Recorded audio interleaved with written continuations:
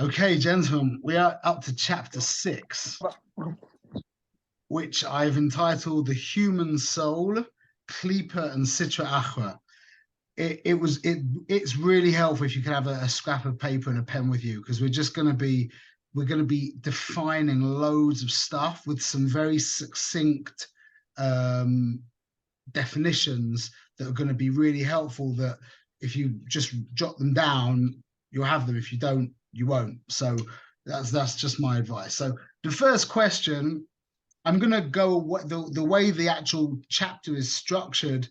I've in my absolute guyver, I kind of changed things a little bit, just because the way that I felt I would be able to, not that I'm correcting the Rebbe in any way, just I felt that I would be able to give it over a little bit better. So I'm adjusting the chapter, but I hope it's there. We're going to say a few things that aren't in the chapter as well, but I'll let you know when we do that.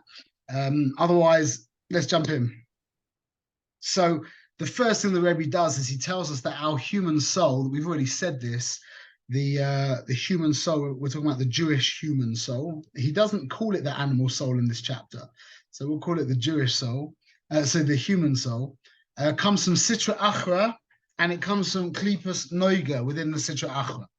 So straight away, we need to have a definition for what is Sitra Achra and what is Klipah. So he says Klipah Noiga. So we know, everyone knows there's Klipah Noiga and Klipah Tameas, but there's also the Klali general term Klipah.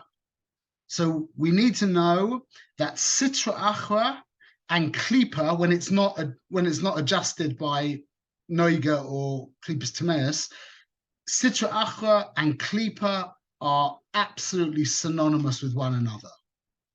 So the question is, what's with the redundancy? Why do you need two terms to tell me about one thing? And it's very profound. That it's just like when you're talking about a dime. Yeah, a dime is 10 cents. Is that right? Yeah. So why is it's called 10 cents and it's called a dime? It's the same thing. Well, a dime is defining it in its own sense with an S. And 10 cents is giving it to you in relationship to a dollar. So you're really learning two things about this coin. So Sitra Achra, what you learn about this thing from the term Sitra Achra is its essence. And from the word Klipah, you learn its function.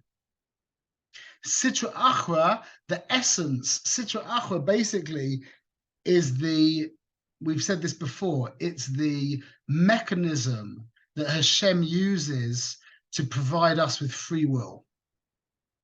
Meaning, in other words, it provides man, specifically a Jew, with the option of choosing another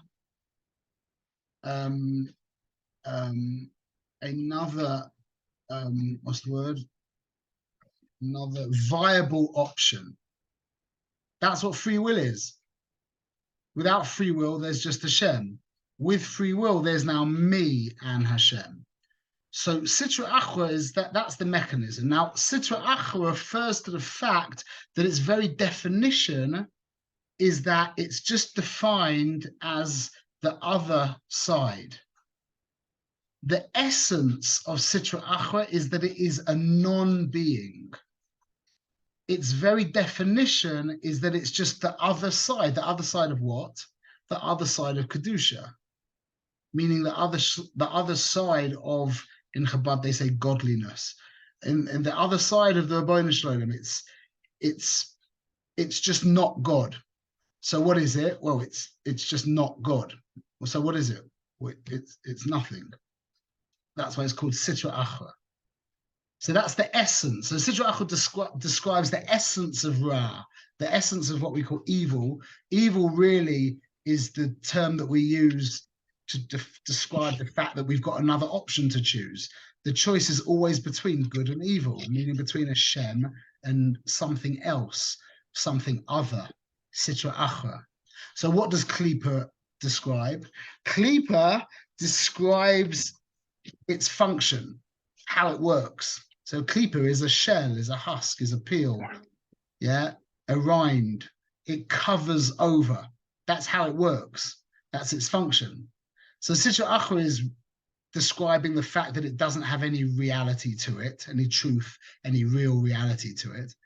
And Klipah tells you how it works. It covers up, it covers over, and it conceals the fact that God is Echad.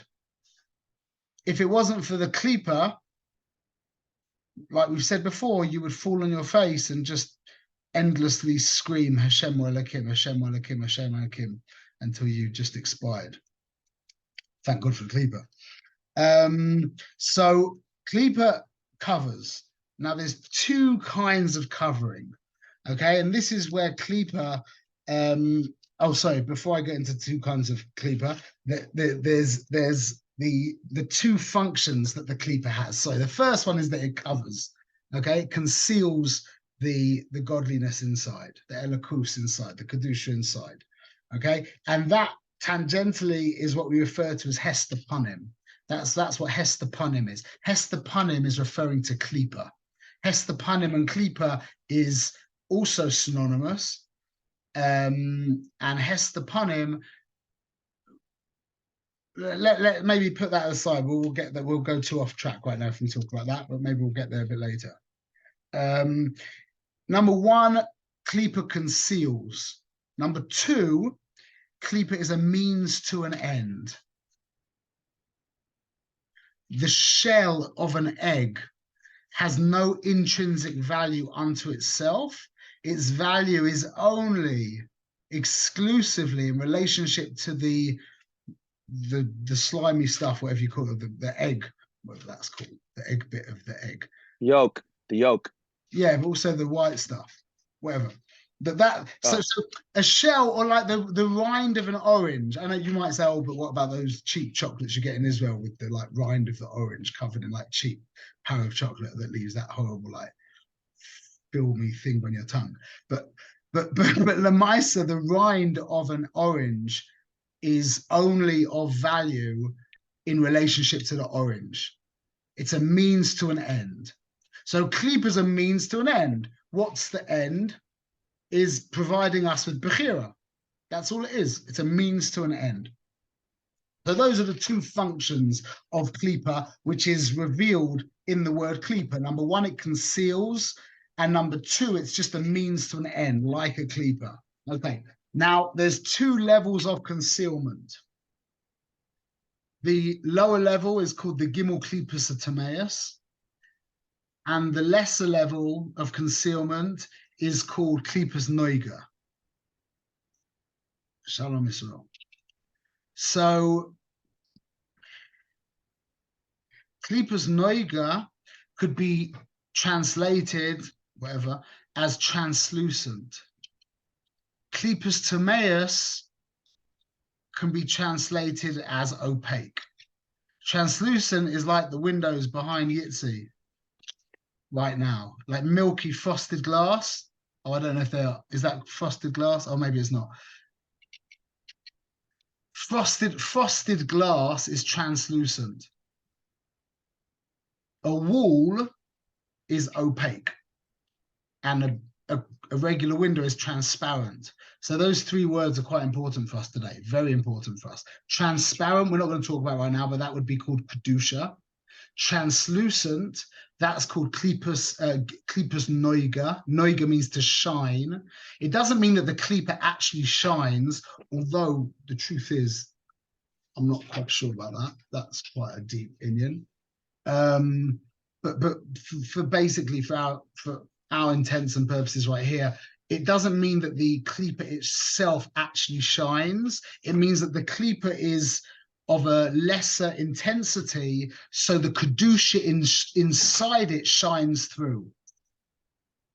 And Klipos Tameus, the Gimel Klipos Tameus, is opaque. They don't let any light go through whatsoever. So Klipos Noiga is the world of really what's called permissible. It's the world that the Jew is involved in primarily, and it's things that are permitted, things that are permissible, like kosher food, kosher relationships, anything that's kosher, basically. There's no mitzvah to eat all the kosher food in the world.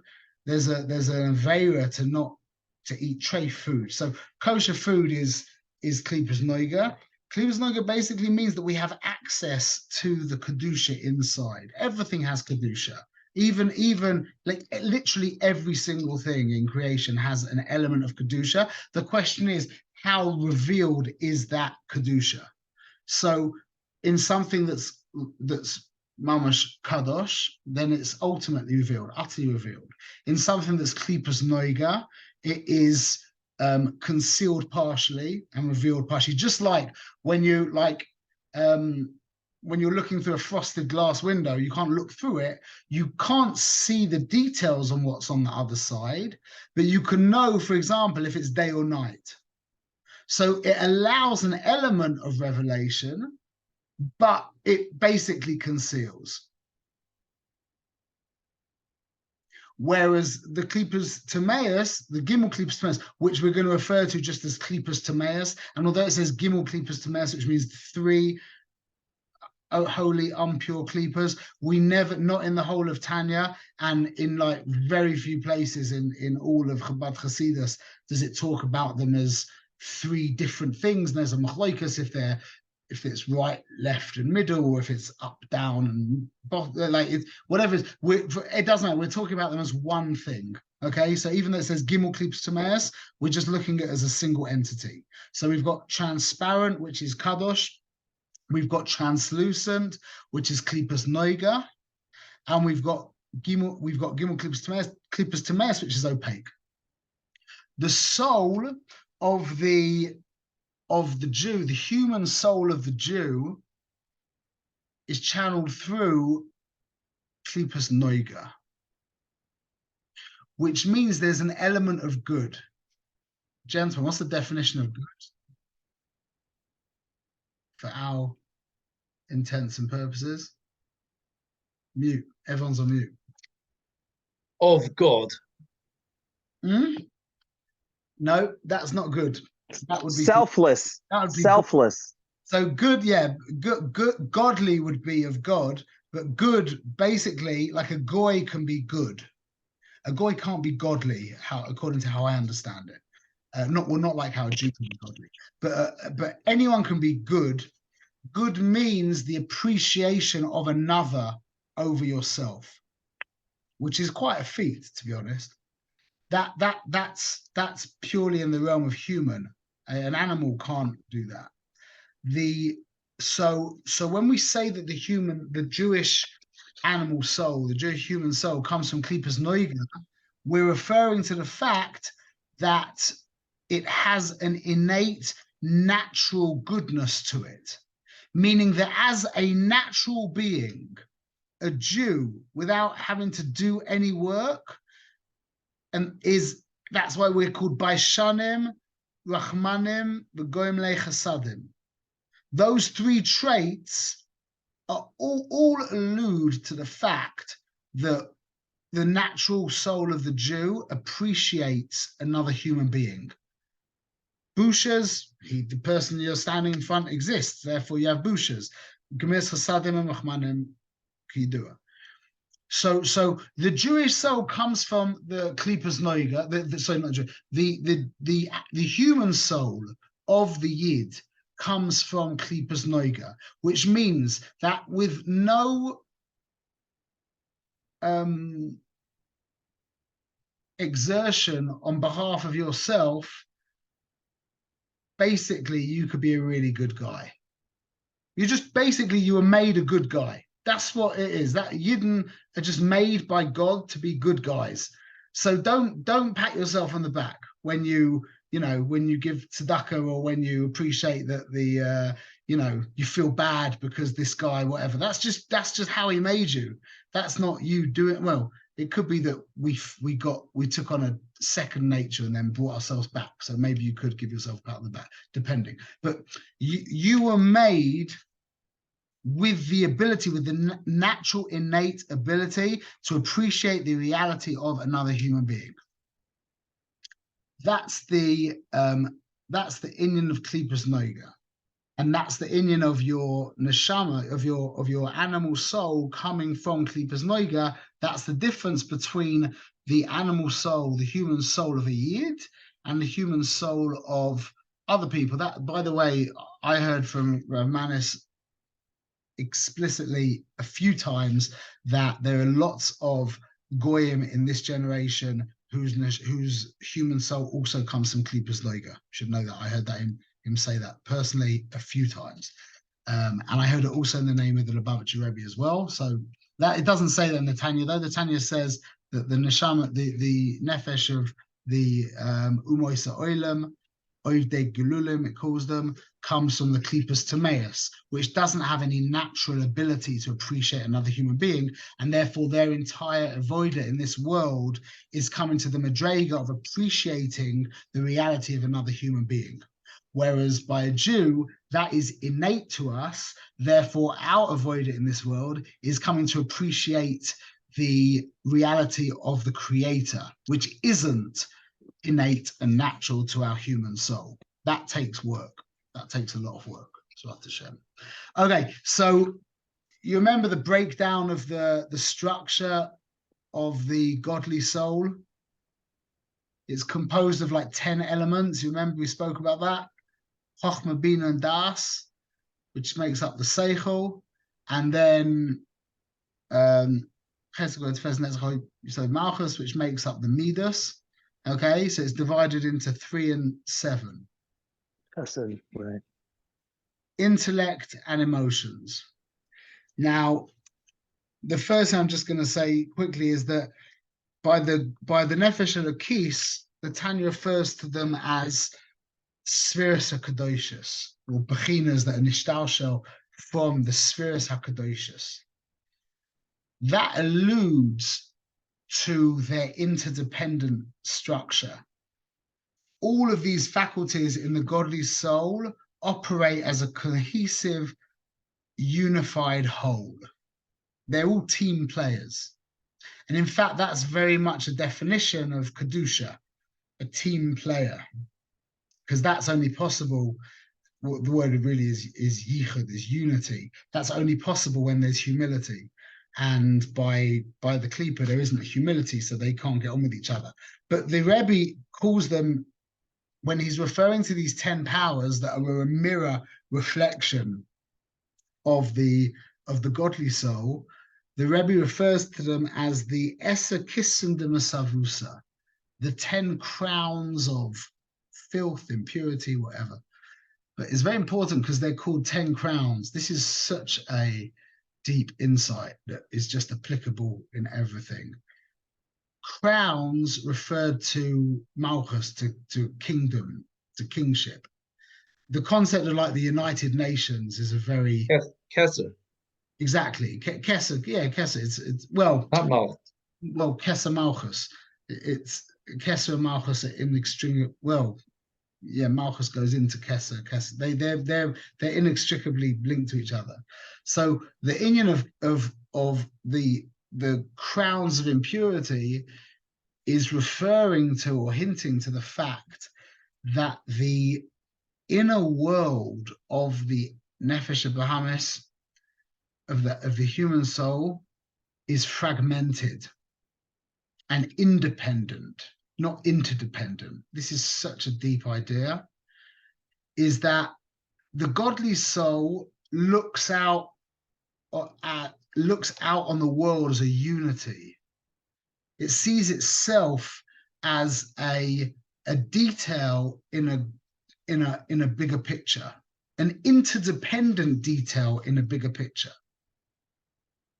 The animal soul, the egotistical soul, sees itself as a fragmented, isolated, independent player, basically in competition with endless antagonistic, potentially threatening or potentially helpful other players. And that comes from the actual structure, the inner structure of the soul. So the inner structure of the godly soul is a cohesive whole. So it sees the world in the same light. You hear how moiridic this is? So the godly soul, having an internal unity, sees reality, external reality, as an absolute unity. The animal soul, with a fragmented and disjointed inner reality, sees the entire world as a fragmented, disjointed bunch of details with no unification. We could talk about that for ages, but that's basically the thing. Now, I want to just step out of Tanya for 1 minute and just say something really, really choshev. Right? If you've got a pen with you, write down this line. Yeah, Pete was tending to a plain pair of equal size. Yeah, I'll say again. Pete, like the name Pete, a guy called Pete. Pete was tending to a plain pair of equal size. It's just the mnemonic to remember these 5 words, because these 5 words are really, really choshev. Pete was tending to a plain pair of equal size. These are the 5 words: competing, contending, complaining, comparing, and criticizing.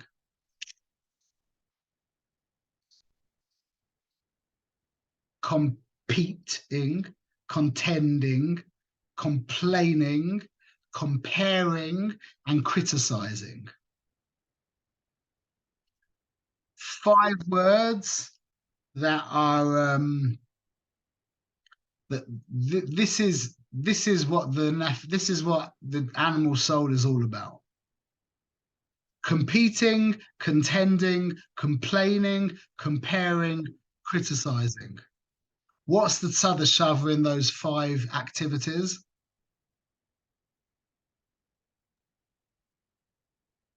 The prefix com. They all begin with C. That is a hint to Kesser. Yeah. Well, they're all self. They're all about the self. More than that. That's 100%, but it's more than that. I'll say it again: competing, contending, complaining, comparing, and criticizing.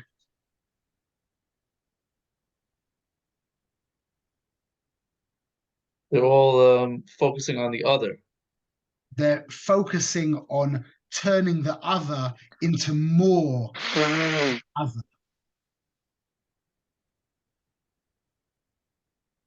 It's moiridic. You guys Focusing are on turning the other into more other? Into more, making the other more otherly. Turning up the otherness. You with me? How is criticizing turning up the otherness? You're making a you're I mean, I'm trying to change you to be more like me. well, it could be you're not trying to change me, you're just criticizing me. That's all of those things. I mean, I don't say I can't think of how to explain that. Criticizing is I don't want to get too quiet, but these 5 C's: competing, contending, complaining, comparing, and criticizing, are 5 of the favorite tools that our animal soul uses to make the other more otherly. That's what the animal soul is trying to do constantly. We said that before. He's trying to be as big a bee as he can. And these 5 things I mentioned here because they begin with C, which is a remes to Kesa, the Kisum de Masavusa. Pardon me. But anyway, okay. Vita. Everyone's good? Same questions, Adkan? Okay. We're changing gear a little bit now. Okay. The relationship between intellect and emotions in the animal soul is different between the relationship between intellect and emotions in the godly soul. Emotions are called children. Intellect are called parents. Children are always born of the parents. So emotions always come from the parent, come from the intellect. As we said before, if you don't know about something, you can't have any emotions towards it. And the more you know about it, the deeper your knowledge gets of it, becomes of it, the deeper your emotions become. So emotions are born of intellect in both souls, animal soul and godly soul. But there a really good moshel that I heard from Shais Tao that really helps us understand this is that in the godly soul, the emotions are born of the intellect, and then the intellect acts as good parents and educates, trains, and guides the emotions. As in the emotions, the children, so to speak, stay under the auspices of the parents. That's the godly soul, meaning the intellect is Ika, and the emotions are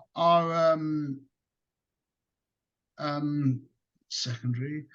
The intellect is dominant, and the emotions are subject to the intellect. The intellect guides the emotions. That's in the godly soul. So that's analogous to a good household where the parents give birth to the kids, and then they mamish educate them in the way that they need to be educated. Yeah.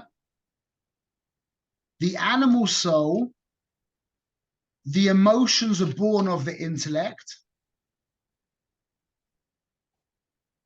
but then the emotions turn on the intellect and hijack the intellect. That's called spoilt children. The children take over the house, and now they use the parents for one of two. Well, in the soul, in the analog, it's better. In the nimsha, it's better that the emotions use the intellect to justify and execute.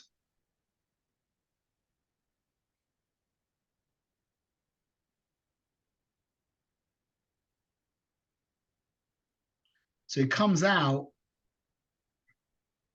if you've got a dynamic of a weak parent and a strong manipulative child, would it be better for the kid if his parents very rich or not very rich?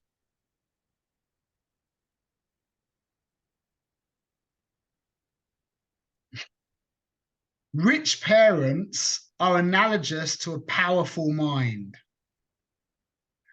If the kid is manipulative and the parents are weak, but they've got a lot of money, that kid is in for a really rough ride. You with me? And that accounts, this is a crazy thing. I've got a whole show on this, but this accounts for why anorexic, if you look up anorexic girl, is mainly by women. Anorexic girls are almost without exception more intelligent, have higher IQs than girls who don't have anorexia. Why? What's shut with that?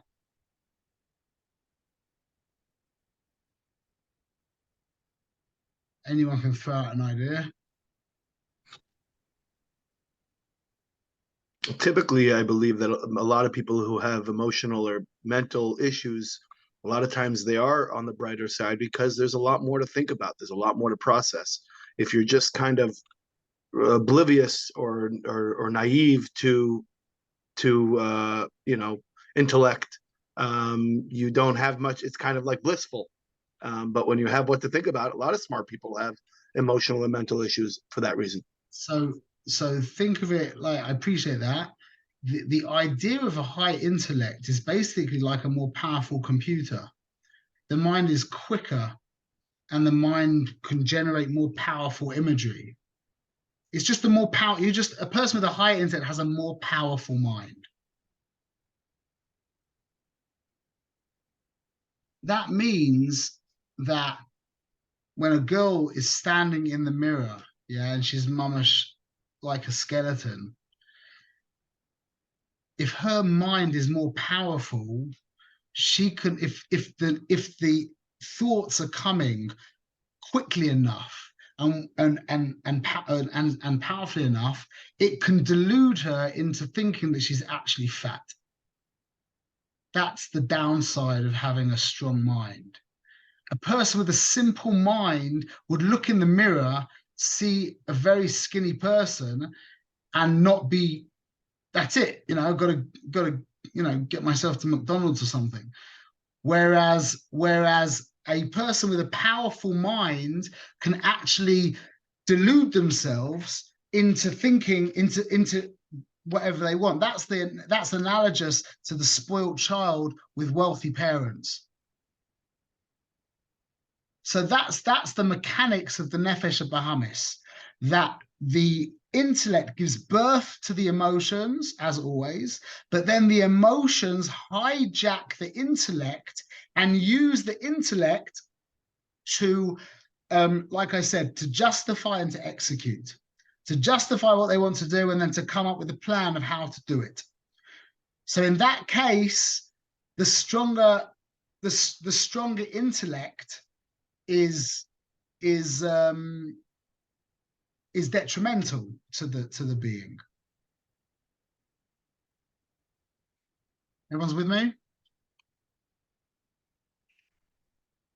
Okay, so there's the image for this, I've got it in this paper, you'll see, is the picture of a cow and a person. Is that in a human being, the human being's the only bipedal being. He walks on two legs, so always the intellect is above the emotions. So in the human being, the intellect is dominant over the emotions and guides them. In the animals basically walk on all fours. Even the ones who stand on two legs basically walk on all fours. No animals actually are bipedal by their Ica locomotion, from what I know. So the picture of an animal is always with the head and the emotions with each other. Now, I don't want to get in too much involved in this, but it really is quite important, so I just have to mention it. Although we said that the emotions hijack the intellect, yeah, which is true in the animal soul, if you really want to get clear on the actual relationship, the English word is called commensurate, that the emotions are commensurate with the intellect, which means, if, let's just ask a question, if in the godly soul we have to exert energy we have to exert mental energy to move our emotions, yeah, how comes it is that a 5-year-old kid is into like Tonka toys and Meccano and whatever, and then that same child who lived a very natural life and didn't, wasn't working on themselves particularly, by the time they're 30, they're now into, Patek Philippe watches and Bugatti cars. What happened?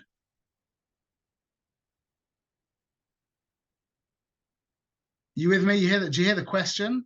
Like, to get more into God, you have to sit there and meditate basically and learn and move yourself. Wow, and constant movement. How is it that a guy just sits in this world and at 5 years old he's into lollipops, and at 25 years old he's into tag watches? What happened? Matured. So mature, well, but what is that? You're right, but what does that mean? He matured. What happened? He always had an underlying want for some kind of materialistic external object, and his taste matured into not necessarily taste, but well, it became his identity. Yes, true. I hear that. I hear that. Yo was like a step ahead of the game here. What happened was he just took in more information. Not just more information, he also has a higher ability, sensitivity to appreciate those things. If you gave the whiskey to the little kid, he wouldn't appreciate it. That I think that's actually Not just exposure. I think it's to do That's from with information as well. Like I hear what you're saying. I don't know. I think you're right as well. I think that's a lot to do with the actual information. Like the mind of a child is there is a point in the child where the mind of the child, I think like between 6 and 8 or 9, when the child becomes analytic. But then after that, it's just the concept of adding in more information and getting more hakdamas. Either way, we could argue this out. I don't know. But the point is that it's a passive thing that as who was it? What's your name? Dehoven, what's your name? Avi. Avi. So as what Avi said, that the mind matures, whether you say it just develops, however you said that it develops like that, but there's definitely the element of receiving more information. So either way, nothing really happened. He didn't change his emotions. It's just now he appreciates the same thing enclosed in different graphics. That's just how the animal soul works. So that's a level of that the emotions are commensurate with the intellect, as opposed to guided and directed and manipulated by the intellect. Okay, everyone's good? Okay, we're into another thing now. This is a really big inyanim. Okay, this is just one chapter. This is a really, really important concept to get down. Okay, everyone's with me? Okay. Behavior is considered an entity. Okay, this is an entity, yeah? Like a rock is an entity. I'm an entity. You could call it a thing, or being, whatever you want to call it, yeah? A behavior is looked upon in the same way. And it's really important to understand this. You'll see in a minute, B'ezrat Hashem. So when we say that, for example, a rock has got specific dimensions, it's so big, it starts here, it ends here, it weighs this much, etc. And then it's got properties. It's hard, it's cold, it's gray, okay? So there's what's called dimensions and properties. If you want to get really deep, we would call that body and soul. You could also call that kiyum and chiyus. Well, you can think about that yourselves. But basically, an entity has got a body and a soul. Like a rock, its body is that it's so big and it begins here, ends here, etc., this shape. Its properties are that it's cold, it's hard, it's heavy, etc. Now that's exactly the same with behavior. So for example, let's just take the example of I greet you with a Shalom Aleichem. Okay, say Yitzi Shalom Aleichem. It had dimensions. The dimensions are it began with the sh and ended with the yeah, that it had a beginning and an end, just like the rock has a beginning and an end, yeah. And it has a life force. What do I call it? It has properties. It has a soul. Shalom Aleichem is warm. It's kind. It's different than saying something not nice. Yeah. So you realize conceptually, this is really a really important idea. Is conceptually any behavior, whether it's thought, speech, or action. I just gave an example of a speech. Is considered conceptually in the exact same way as a stender, as a lamp, as a rock, as a cow, as a tree. Are you with me? Is that clear? People got that clear? We'll try and say it again. So it really is a din on body and soul. Everyone understands that a rock has got a body and it's got a soul, yeah? The soul means that Like, let me ask you a question. What exists more, you or the table that you're sitting in front of?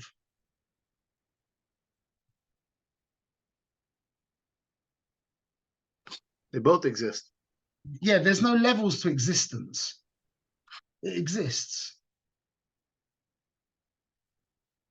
The levels are in the relative levels of life. That's called the properties. So the life of the table, for example, is it's hard, it's flat, it's even, it's raised, etc. The properties of you are intellect, emotion. It's like, why is water water and why is fire fire? They both exist equally, but they have different life. They have a different soul, which means that water is wet and cold and it goes down and it goes level, etc. Yeah. Fire is hot, it's yellow, it goes up, it's dry, etc. So that's called the soul of fire. It has a kiyum and it has a chiz. I really didn't want to get into this. This is like really going off topic. I have to stay back. But the point is that just like any physical thing, yeah, entity has got a body and a soul, has got dimensions and properties. Those are my made-up words. So too, any behavior, whether it's an action, whether it's a speech, or whether it's a thought, has got the same things. So an action is I put on tefillin, yeah? It begins with putting the box on my arm, pulling it and doing the thing, saying the bracha, and then it ends with when I take whatever the dimensions are, yeah? And then it has properties. It's done with this kind of box and it, etc. That's exactly the same way. And like tefillin, the property of tefillin, the properties of tefillin are very different to the properties of talus. So in the exact same way that you've got this cup, which is an entity, we have to conceptually understand behavior literally in the exact same way. When you do something, when you say something, when you think something, you just made a cup. Really, like you made a cup. Really. And like you put in light inside it if it's a good thing. People with me? These ideas, they need to be gone. You need to go over them again and again and again. But as long as we feel that we've got a basic understanding, now we can go to the next stage. The human soul expresses itself. How does a soul express itself? What's the word that we use for a soul, for how a soul expresses itself?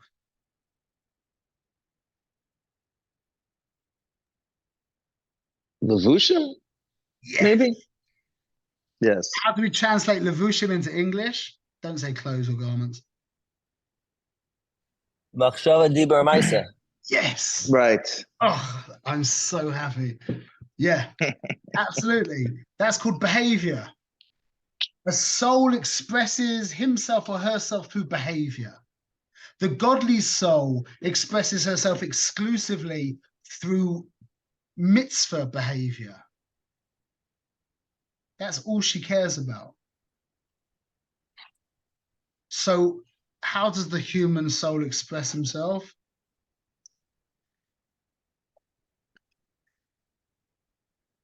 What kind of behavior does the human soul express himself through?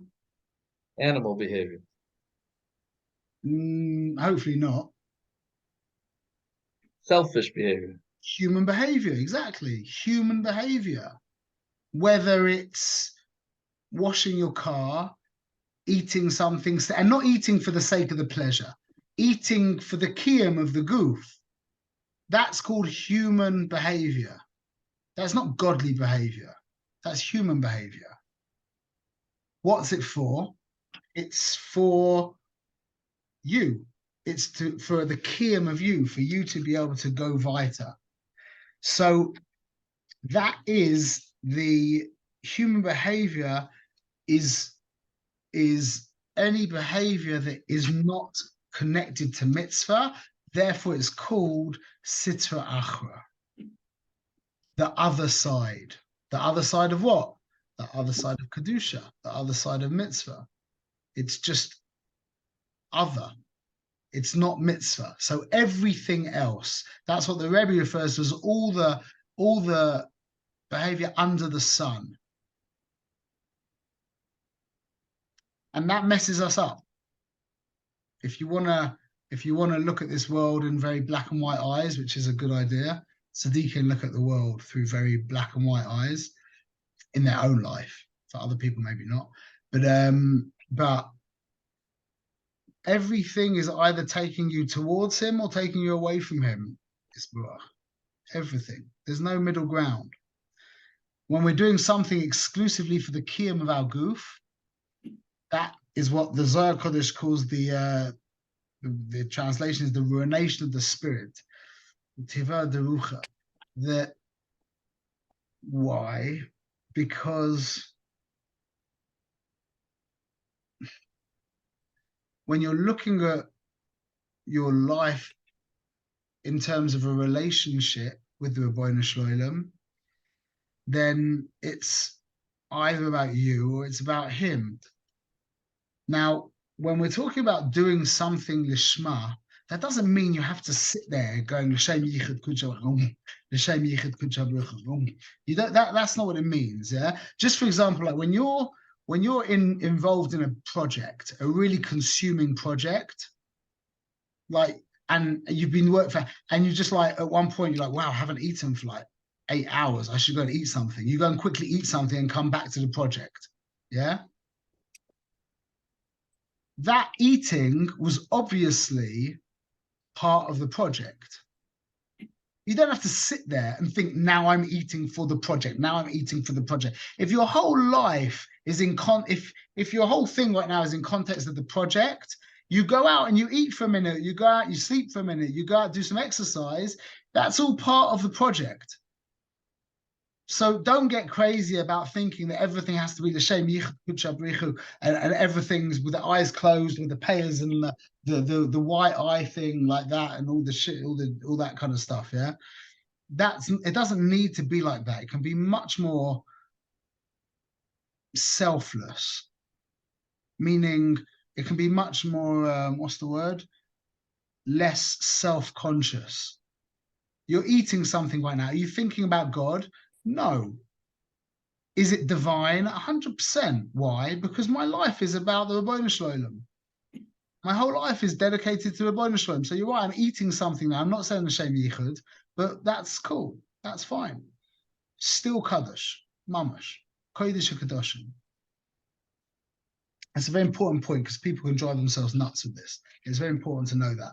You can be very normal. You can be very, very holy and very, very normal. In fact, I would hazard saying that I'm not sure if you could be really holy and not be normal at the same time, at least in front of other people. Anyway, so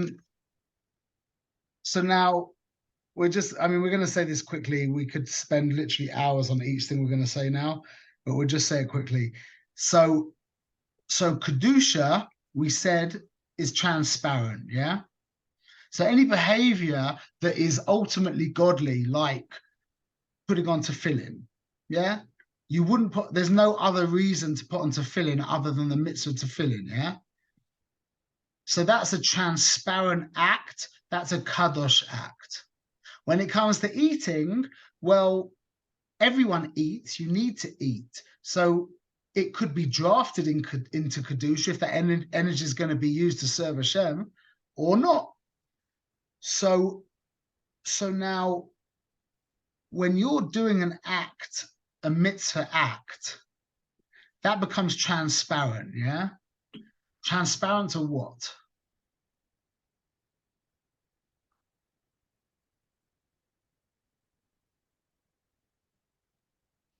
To you. No, the opposite. When you're doing a mitzvah act, when you're doing a mitzvah, a transparency is created. What is visible through that transparent filter that you create?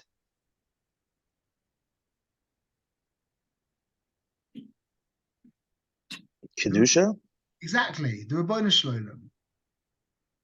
We've said this before, but when a person's doing a mitzvah, that's like a portal opening into this world and the Rabboni Shloim pouring through. That's called transparency. That should be the experience of when you sit in front of a tzaddik.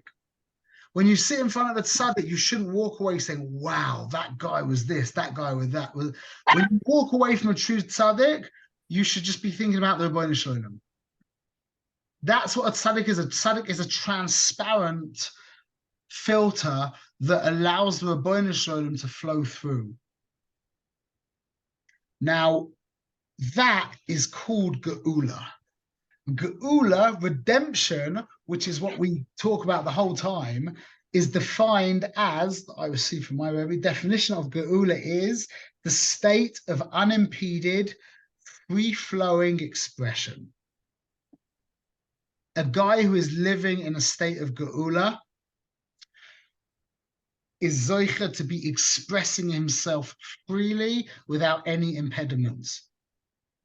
So in regards to the Rabboni Shloim, that means the whole world would be davik to Torah and mitzvahs, and then Hashem would be expressing himself into his world. That's called Geula. So it's the same for me and it's the same for him, lahavdil, in that my Geula is when I don't have all this like crazy baggage that's not allowing me to behave in accordance with who I am.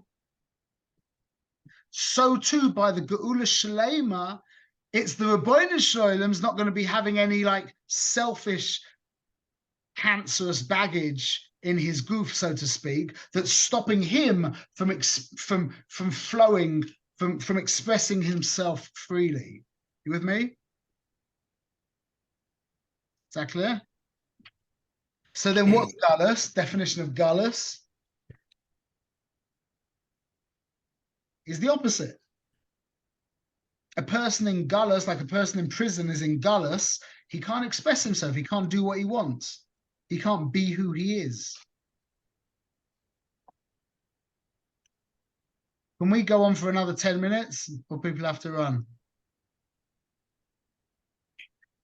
The definition that you gave for geula, which is let's say doing a mitzvah, which creates this transparency of allowing the kedusha to flow in a transparent manner.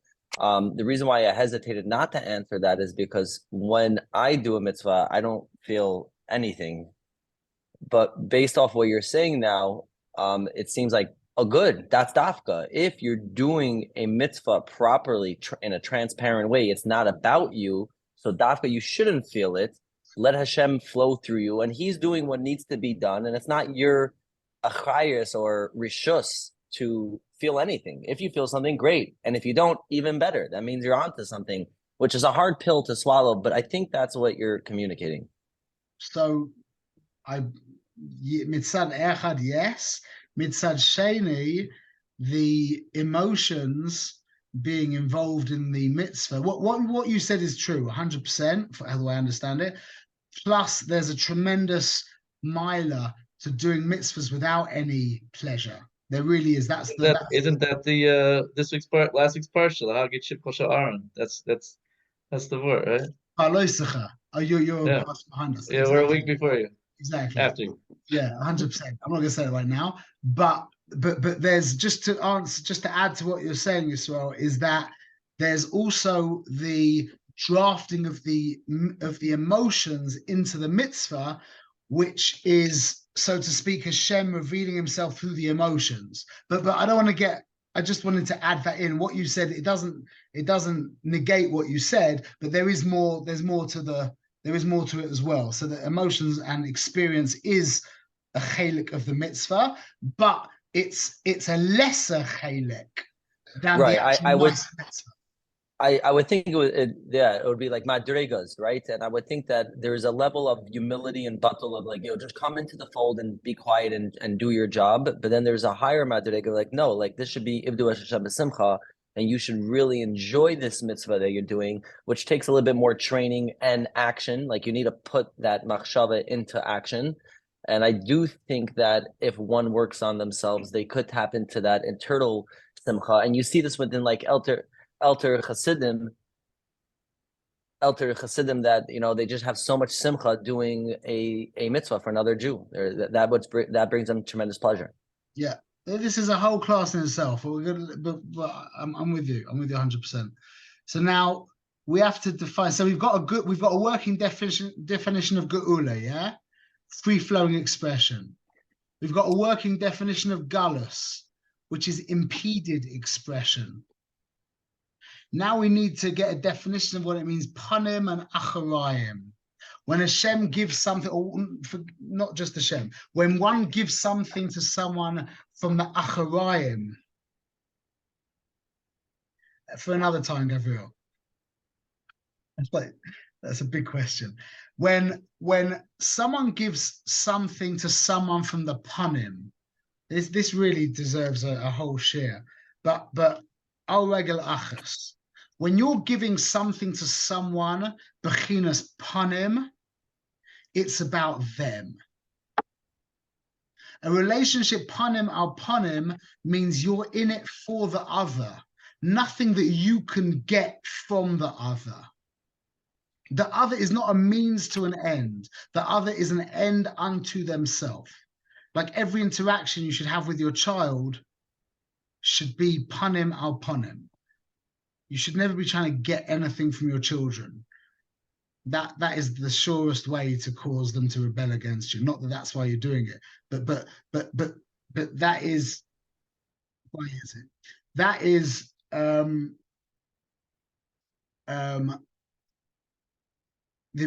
relationship of panim means that you're in it for them, nothing you can get from them.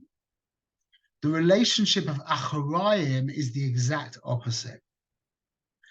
So a perfect example of a panim al panim relationship would be a parent and his child. Yeah, you are in it for them, and the only thing in your mind is what's best for you.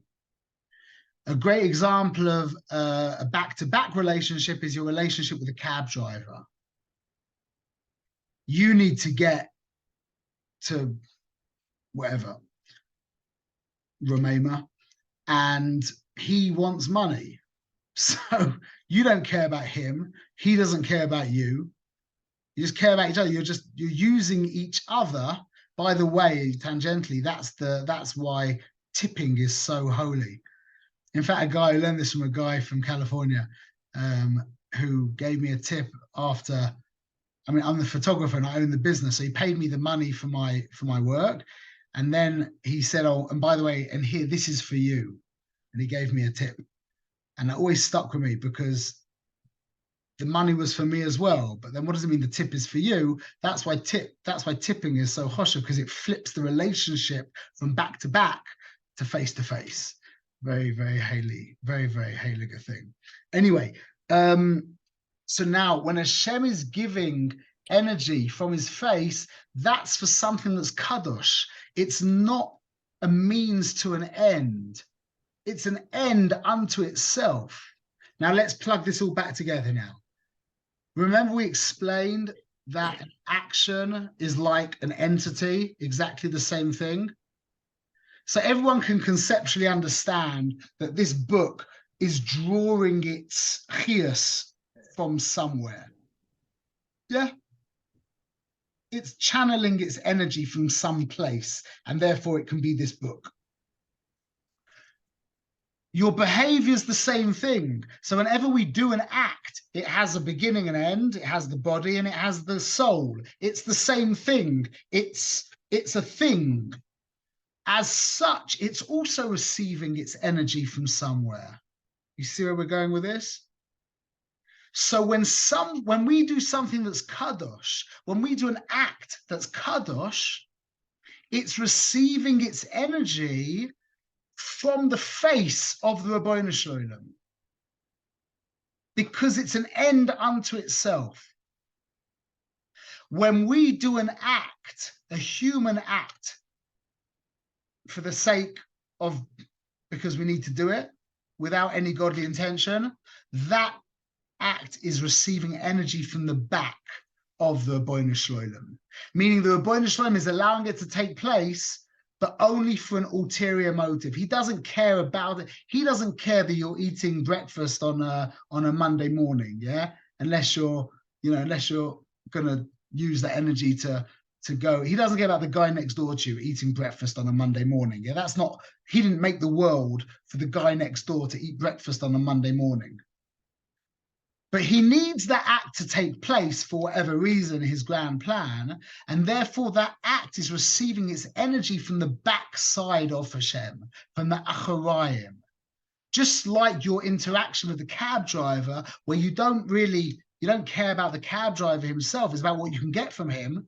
So too, that act is now receiving energy from the backside of Hashem. And not only that, that energy from Hashem is going into Gullus. That energy that Hashem is giving for that act to take place ends up getting cupped by that thought, speech, or action, or whatever we'll say in a minute, and is not given the chance to express itself. You with me? It's being held prisoner within that behavior. Also, obviously, then the Rebbe goes weiter and he explains about the Gimel Klipah Tameus, that there's a whole bunch of things like the animal soul of the goy, alaroiv, impure animals that are treif that we're not allowed to eat, and then vegetation like kilei kerem and orla that's also to eat as well, and then all the actions of all the prohibitions of the Torah, all the 365 prohibitions of the Torah. That is the exact same way that those entities are receiving their energy from the backside of Hashem, and then they go into Gullus contained within that container, and they are not given expression. And they will be redeemed at the end of days when Hashem shechs the Malach HaMavis, and all of that Kedusha that got stuck in the Klipah will then be given its expression and will come back out.